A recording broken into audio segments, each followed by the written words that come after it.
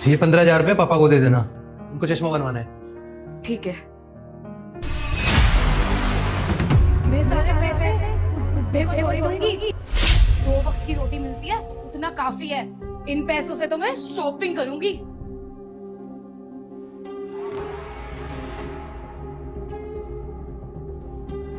बहू, बहू, हाँ बोल। धीरे ने तुझे कुछ दिया होगा मुझे देने के लिए। क्या दिया होगा, साफ साफ बोलना। मैंने धीरे से 15,000 रुपए मांगे थे। उसने कहा था कि समृद्धि से ले। मुझे देखकर इग्नोर मत करना। आज जो भी इस वीडियो को लाइक करके चैनल को सब्सक्राइब करेगा उसे 1 घंटे से पहले खुशी मिलेंगे और जाते जाते कमेंट में हर हर महादेव लेना। चल अब फटाफट 15,000 रुपए निकाल, मुझे चश्मा बनवाना है। नहीं नहीं, उन्होंने कोई पैसे नहीं दिए मुझे। मुझे पता था तुम मुझे पैसे नहीं देगी, और मैंने तो धीरज से पहले ही बोला था कि 15,000 रुपए सीधे मुझे ही दे देना।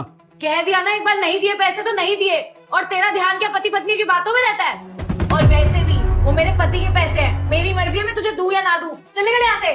बहू, मेरा चश्मा बनवाना बहुत जरूरी है, मेरी नजर कमजोर हो गई है, थोड़ा समझने की कोशिश कर बहू। मैं क्या करूं, तेरी नजर कमजोर हो गई है तो? तेरा ठेका नहीं ले रखा मैंने। और वैसे भी सती सावित्री का ढोंग मैंने बंद कर दिया है, क्योंकि वो जा चुके हैं। और अब ना चुपचाप नौकरों की तरह इस घर में काम कर, अगर रहना चाहता है तो। अब मैं इस घर में कोई काम नहीं करूंगा। जब तुझे मेरी परवाह नहीं है तो मैं तेरी परवाह क्यों करूं? मैं धीरज को इसलिए नहीं बता रहा था कि तुम दोनों का रिश्ता ना खराब हो जाए, और तू अगर ऐसा करेगी ना तू फंस जाएगी एक दिन। देख बहू, अभी तक तो मैंने तेरे बारे में धीरज को कुछ नहीं बताया, मगर आज शाम को जब धीरज घर पे आ गया ना उसे मैं सब कुछ बता दूंगा, और बहुत होगी तेरी गुलामी।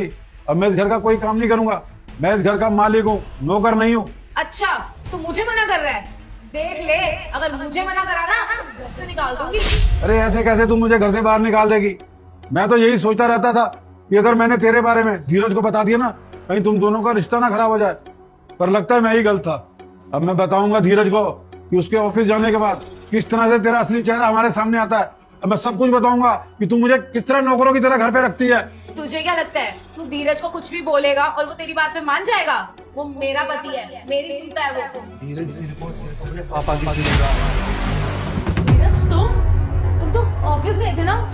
अगर मैं आज ऑफिस चला जाता ना तो ये तुम्हारी असलियत ना मेरे सामने नहीं आती। मैं तुम्हारी इसलिए सुनता था, मुझे लगता था कि तुम मुझसे प्यार करती हो, मेरे परिवार की केयर करती हो, लेकिन असलियत तो मुझे अब पता चली है कि तुम मेरे परिवार को अंदर से खोखला कर रही हो। आ गया बेटो तू, और तूने देख लिया ना